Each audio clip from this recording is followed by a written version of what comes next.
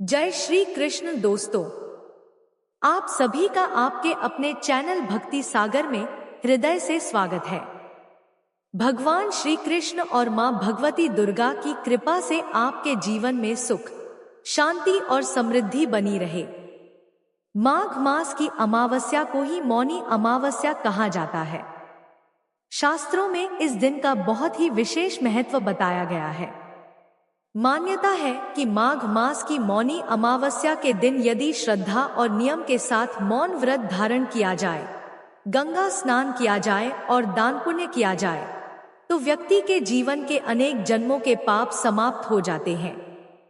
धार्मिक ग्रंथों के अनुसार माघ मास की इसी अमावस्या तिथि को मनु ऋषि का जन्म हुआ था। मनु ऋषि को मानव जाति का आदिपुरुष माना जाता है। इसी कारण इस अमावस्या को मौनी अमावस्या कहा जाता है।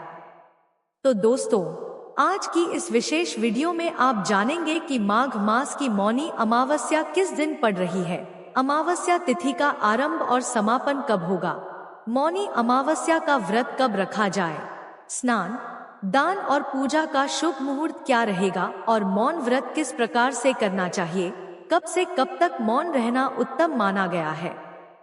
यह वीडियो बहुत ही महत्वपूर्ण है, इसलिए अंत तक अवश्य देखिए। और अगर वीडियो आपको उपयोगी लगे तो लाइक जरूर कीजिएगा, क्योंकि आपके लाइक और कमेंट्स से ही मुझे यह प्रेरणा मिलती है कि आप तक सही और लाभकारी जानकारी पहुंच रही है। अब सबसे पहले जानते हैं कि माघ मास की अमावस्या को मौनी अमावस्या क्यों कहा जाता है। देखिए, इस दिन मौन रहकर साधना करने का विशेष महत्व है। जब व्यक्ति पूरे दिन वाणी पर संयम रखता है, कम से कम बोलता है या बिल्कुल मौन रहता है, तो उसका मन अपने आप शांत होने लगता है। मौन रहकर किया गया स्नान, दान, ध्यान और मंत्र जब बहुत शीघ्र फल प्रदान करता है और साधक को विशेष पुण्य की प्राप्ति होती है। माना जाता है कि मौन व्रत से मानसिक अशांति दूर होती है, आत्मबल बढ़ता है और साधक को भीतर से एक नई ऊर्जा का अनुभव होता है। विशेष रूप से माघ मास की अमावस्या होने के कारण इस दिन का महत्व और भी अधिक बढ़ जाता है। जो श्रद्धालु प्रयागराज संगम में स्नान करने जाते हैं या जो लोग कल्पवास कर रहे होते हैं, उनके लिए यह दिन अत्यंत पुण्यदायी माना गया है। संगम में स्नान, दान और जप करने से व्यक्ति के तन और मन दोनों की शुद्धि होती है। यदि किसी कारणवश आप गंगा तट तक नहीं जा पाते हैं, तो घर पर ही स्नान के जल में गंगाजल मिलाकर स्नान कर सकते हैं। इससे भी पुण्य फल की प्राप्ति होती है। इस दिन देवताओं के साथ साथ पितरों की भी विशेष कृपा प्राप्त होती है। अमावस्या तिथि पितरों को समर्पित मानी जाती है, इसलिए मौनी अमावस्या के दिन पितरों के लिए तर्पण, दीपदान और प्रार्थना करना बहुत ही श्रेष्ठ माना गया है। ऐसा करने से पितरों की आत्मा तृप्त होती है और उनका आशीर्वाद परिवार पर बना रहता है। अब बात करते हैं मौनी अमावस्या की तिथि और मुहूर्त की। माघ मास की अमावस्या तिथि का आरंभ 18 जनवरी 2026 को दोपहर 12:04 पर हो रहा है और इसका समापन 19 जनवरी 2026 को सुबह 1:21 पर होगा। सूर्योदय काल की तिथि के अनुसार मौनी अमावस्या 18 जनवरी 2026 रविवार के दिन मनाई जाएगी। इस दिन ही स्नान, दान, पूजा और व्रत का विशेष महत्व रहेगा।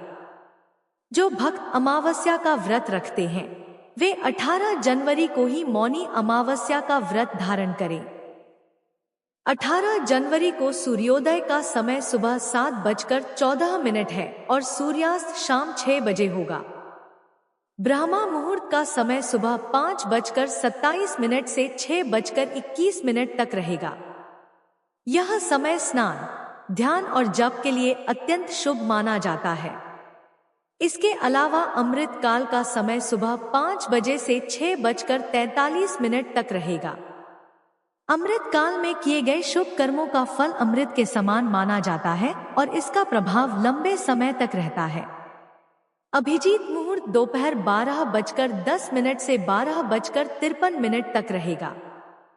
इस समय पूजा पाठ और विशेष उपाय किए जा सकते हैं। अमावस्या तिथि में दीपदान का भी विशेष महत्व होता है। गोधूली मुहूर्त शाम 5:46 से 6:13 तक रहेगा और प्रदोष काल शाम 5:49 से 7:09 तक रहेगा।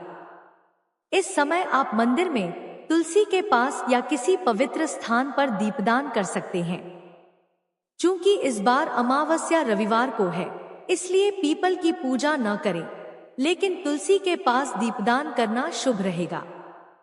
इस बार मौनी अमावस्या पर सर्वार्थ सिद्धि योग भी बन रहा है, जो सुबह 10:14 से प्रारंभ होकर अगले दिन तक रहेगा। इस योग में किया गया कोई भी शुभ कार्य विशेष फल प्रदान करता है और मनोकामनाएं शीघ्र पूर्ण होती हैं। आप अपनी श्रद्धा और सामर्थ्य के अनुसार 1 घंटे, 2 घंटे या पूरे दिन मौन व्रत धारण कर सकते हैं।